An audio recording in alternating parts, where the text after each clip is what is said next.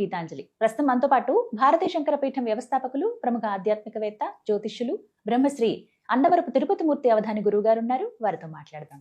గురుగారు నమస్కారం అండి. ఓం శ్రీ మహాగణాధిపతయే నమః. చాలా రోజులైపోయింది చేసి, కానీ విశేషమైన రోజులు ఉన్నాయి. అవునండి. రాబోతున్నటువంటి వారంలో సుబ్రహ్మణ్య స్వామి ఆరాధనకు ఎంతో విశేషమైన రోజు ఉందని విన్నాను. అవునండి. మరి అది ఏ రోజు? ప్రత్యేకించి ఒక రాశి వారికి చాలా బాగా కలిసి వస్తుంది ఈ రోజున పూజ చేయడం అని చెప్పారు. అవును. ఇంతకు మనం మాట్లాడుతున్నప్పుడు మరి వీడియోలో ప్రేక్షకులందరికీ తెలిసేలా చెప్తే ఇంకా బాగుంటుంది. మరి ఆ విశేషాలు ఏంటో తెలియచేయండి. సర్వస్య బుద్ధి రూపేణ జనస్య హృది సంస్థితే అంటారు. అంటే మన ఆలోచన ఏ విధానాన్ని అనుసరించి ఉంటుందో అదే విధానంలో జనాలలో మన యొక్క రూపం సుస్థిరంగా నిలిచిపోతుంది అంటానికి మూలం. సుబ్రహ్మణ్యేశ్వర స్వామి వారికి 31వ తారీఖు బుధవారం మొదలుకుంటే 9వ తారీఖు వరకు విశేషమైన పర్వదినాలు. కొలిచిన కొంగు బంగారం చేసేస్తాడు ఆయన. అటువంటి పర్వదినాలు. అందులోనూ కూడా చాలా విశేషంగా మంగళవారము, ఆశ్లేష నక్షత్రము, చవితి కూడా కలిసి వచ్చినటువంటిది 6వ తారీఖు. ఇప్పుడు ఈ జనవరి 6. చవితి, ఆశ్లేష నక్షత్రము, మంగళవారం 3 కూడా కుజ సంబంధం, సర్ప సంబంధం. ఈ 3 ఇది ప్రధానంగా ఎవరికి ఉపయోగిస్తుంది అంటే కర్కాటక రాశి వారికి అండి. కర్కాటక రాశి. ఈ కర్కాటక రాశి వారికి అడుగడుగున అవమానాలు, అడుగడుగున అపనిందలు, అన్ని గడప అవతలు ఉంటాయి. అవి లోపలికి రావు, వీళ్ళు వెళ్తే అందవు. కొంతమంది అంటారు చూసారండి, చేతికి కలుపుకున్నటువంటి ముద్ద కూడా నోటి వరకు చాగిపోతుందని చెప్పి. అలాంటి పరిస్థితులు కర్కాటక రాశి వారికి పాపం ఎక్కువగా భిన్నానికన్నా, అంటే ఏకంలో భిన్నత్వం అంటారు, దానికన్నా ఎక్కువగానే పాపం నడుస్తున్నాయి. లాస్ట్ టైం మనం కర్కాటక రాశి గురించి చూసింది కూడా, చేసింది కూడా ఎంతోమంది. గురుగారు, మిమ్మల్ని ఎప్పుడు కూడా ముఖాముఖిగా చూడకపోయినా నా కుటుంబంలో మీరు 10 రోజులు ఉంటే మా ఇల్లు విధానం మీకు తెలుస్తుంది, అలా మీరు చెప్పినట్టే చెప్పారండి మా గురించి అని చెప్పి ఎంతమంది చెప్పుకొని వాళ్ళ ఆ చెప్పుకోవడంతో చాలా బాధలు పోయినట్టుగా నేను భావించా. అలా అటువంటి ఆ కర్కాటక రాశి వారు పడుతున్నటువంటి ఏదైతే కనుక సమస్యలు ఉన్నాయో దాని నుంచి బయటపడేటువంటి స్థితి వాళ్ళకైతే ఉందండి. దివ్యమంగళ యోగము అంటారు, భవ్యమంగళ యోగం కూడా అనవచ్చు. ఆ రోజునాడు సుబ్రహ్మణ్యేశ్వర స్వామి వారిని విశేషమైన ఆరాధన చేసుకోగలిగితే కర్కాటక రాశి వారికి పట్టినటువంటి పీడ అనవచ్చు, దరిద్రం అనవచ్చు, అష్టదరిద్రములు అనవచ్చు, అవన్నీ కూడా వదిలిపోతాయండి. ఆ రోజు నుంచి ఒక్కొక్కటి దిగిపోతూ ఉంటాయి. వారికి మంచి యోగం అనేటువంటిది సౌభాగ్య యోగం. సౌభాగ్యం అంటే స్త్రీలకే కాదండి, పురుషులకు కూడా. ఎలా అవుతుందండి సౌభాగ్య యోగం? అంటే భార్యకి సంబంధించింది. అతను నిలబడితేనే కదండి ఆ ఇంటికి సౌభాగ్యము.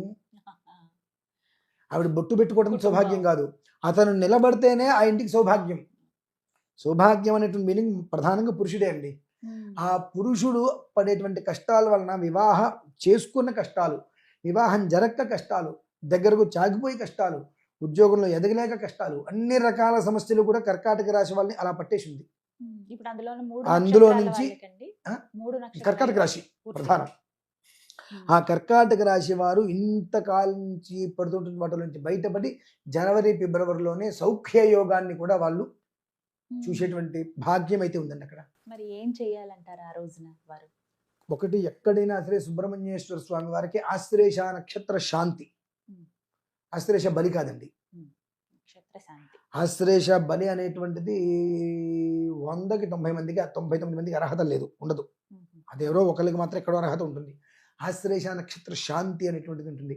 ఎక్కడైనా ఆ ఒక్క శాంతిని వాళ్ళు కనుక నిర్వర్తించుకోగలిగితే ఆ రాత్రి తెల్లవారేలోపు ఖచ్చితంగా ఎంతో మందికి సర్పం అనేటువంటిది పొట్టలోకి వెళ్ళిపోయినట్టుగా కళ స్వప్నంలో కూడా దర్శనమిస్తుంది. అంటే మీకు ఉన్నటువంటిది అన్నీ కూడా ఇక నేను తీసుకువెళ్ళిపోయే లోపలికి మీకేమీ లేదు అనేటువంటి ఒక విధానంగా స్వామివారి ఒక హామీ ఇస్తారండి. అదే రోజు నాడు మనకు విజయవాడలో సుబ్రహ్మణ్యేశ్వర స్వామి వారి దేవాలయం గురించి, పుట్ట గురించి చెప్పాం. అది దినదిన ప్రవర్ధమానం చెందుతుంది భక్తులతో ఎంతో మంది. రేపు అందులో మొన్న చెప్పాక మీకు లాస్ట్ టైం 700 మంది సంతానం కలిగింది, అందులో ఒకళ్ళు ఎల్లుండి వస్తున్నారు చెప్పారు. స్వామివారి అనుగ్రహం వల్లే మాకు సంతానం కలిగిందండి, మీరు చాలా వీడియోస్ చేశారు, మాకే బాధ అనిపించింది, మేము ఈసారి వస్తున్నాం అక్కడికి అంటే మాకే అనేటువంటి విషయాన్ని మేము తెలియజేస్తే 10 మందికి అర్థమవుతుంది, దానికోసం కూడా మేము అక్కడికి వస్తామని చెప్పి అన్నారు. అది వేరే విషయం. ఆ రోజు నాడు అక్కడ చేస్తుంది ఏంటంటే అమ్మా, పళని నుంచి ఏదైతే నవపాషాణాలలో అష్టధాతువులలో నిక్షిప్తం చేసినటువంటి విగ్రహం ఏదైతే ఉంటుందో ఆ విగ్రహానికి విశేషమైన అభిషేకం. అంతేకాకుండా అక్కడ 14 తలల సర్పాన్ని అక్కడ ఒక రూపు వేసి ఆ రూపుకి మళ్ళీ విడిగా 14 సర్పాకృతుల్ని ఏర్పాటు చేసి వాటికి విశేషమైన అర్చన జరుగుతుంది. ఇంతవరకు ఆ మంత్రాలు ఎవరు విని ఉండరు. విశేషమైన పాశుపత మంత్రం. అక్కడ కూర్చొని ఆ మంత్ర ప్రయోగం చేస్తున్నప్పుడు మంత్రం వినేటువంటి వాళ్ళల్లో కొంతమందికి రోమాలు నెక్కబురుచుకుంటాయి వెంటనే. ఏదో శరీరం అప్పటివరకు ఇలా నీరసంగా ఉండి ఇబ్బందిగా ఉన్న వాళ్ళు ఒక్కసారి ఏదో విదిల్చి వదిలిపోయినట్టుగా ఇలా నెక్కబరుచుకుని నిలబడేటువంటి స్థితి ఆ రోజు చాలా మంది లైవ్ లో చూడగలుగుతారు ప్రత్యక్షంగా. అంత విశేషమైంది.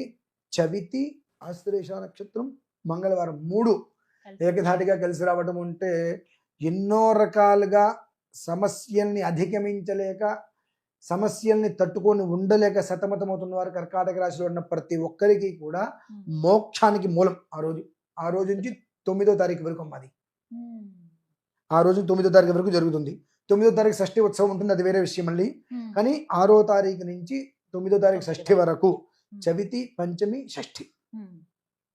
మనకు నాగుల చవితి అంటారు, శ్రీ పంచమి అంటారు, స్కంద షష్ఠి అంటారు. అంటే శ్రీ పంచమి రేపు వచ్చేదని చెప్పట్లా నేను. మామూలుగా శ్రీ అంటే యోగదాయకమైనటువంటి పంచమి, అలాగే షష్ఠి. ఈ 3 రోజులు కూడా అక్కడ స్వామివారికి విశేష ఆరాధన జరుగుతాయి. అందులో ప్రధానంగా మాత్రం కర్కాటక రాశి వారు అనుభవిస్తున్నటువంటి వాటి నుంచి పరిపూర్ణంగా బయటికి వచ్చి జనవరి నెలలోనే వాళ్ళు చక్కటి సుఖవంతమైన జీవితానికి నాంది వేసుకోగలుగుతారు. ఫిబ్రవరి, మార్చి లేదంటే మరలి వచ్చే ముహూర్తాలలో కొంతమందికి వివాహాలు కూడా ఈ జీవితం అనేటువంటిది సార్థకతకి చెంది నిలబడతారమ్మా.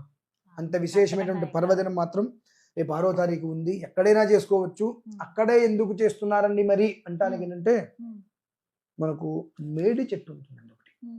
మామూలుగా మేడి చెట్టు ఉంటేనే జ్ఞానప్రదాత అని చెప్పి దానికి పేరు. మనం ఎక్కడైనా చూస్తున్నా మామూలుగా ఇళ్ల ముందు కానీ ఎక్కడైనా ఒక 3 అడుగులు 4 అడుగులు 5 అడుగులు ఏది కింద నుంచి కొమ్మ చెట్టు పెద్దదవుతుంది, ఒక 8 అడుగులు 10 అడుగులు పైకి వెళ్తుంది విశాలంగా. కానీ మొదటి నుంచి మాత్రం పైకి ఎంత హైట్ ఉండదు. అటువంటిది అక్కడ దగ్గరగా 40 అడుగుల వృక్షం ఉందండి.